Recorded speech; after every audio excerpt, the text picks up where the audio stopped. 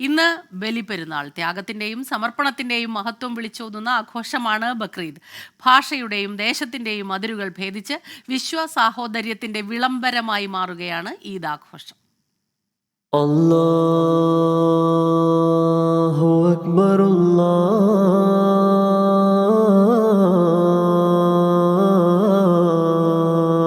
അക്ബർ.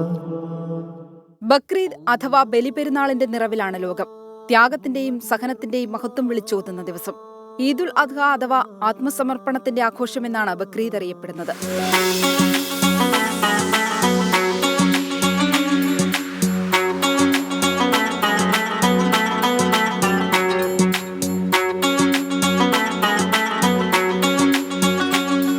പ്രവാചകനായ ഇബ്രാഹിം നബി തന്റെ പ്രിയപുത്രൻ ഇസ്മായിലിനെ അള്ളാഹുവിന്റെ കൽപ്പന മാനിച്ച് ബലിയർപ്പിക്കാൻ സന്നദ്ധനായതിന്റെ സ്മരണ പുതുക്കുന്ന ദിനമാണ് ബക്രീദ്.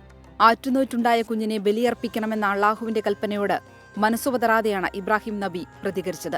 അള്ളാഹുവിനോടുള്ള അചഞ്ചലമായ ഭക്തി പ്രകടമാക്കിയ ഇബ്രാഹിമിനെ നാഥൻ ചേർത്തുപിടിച്ചതായാണ് വിശ്വാസം. ഭാഷയുടെയും ദേശത്തിന്റെയും അതിരുകളില്ലാതെ മക്കയിൽ ഒരുമിക്കുന്ന വിശ്വാസികളുടെ ഹജ്ജ് തീർത്ഥാടനത്തിന്റെ പരിസമാപ്തി കൂടിയാണ് ബലിപെരുന്നാൾ. ഭക്തി നിർഭരമായ കൂട്ടായ്മകൾ ഒരുക്കി അതിരുകളില്ലാത്ത സ്നേഹത്തിന്റെയും സഹോദര്യത്തിന്റെയും പ്രതീകമായി മാറുകയാണ് ബക്രീദ്. എല്ലാവർക്കും 24ന്റെ ബക്രീദ് ആശംസകൾ. Research desk 24.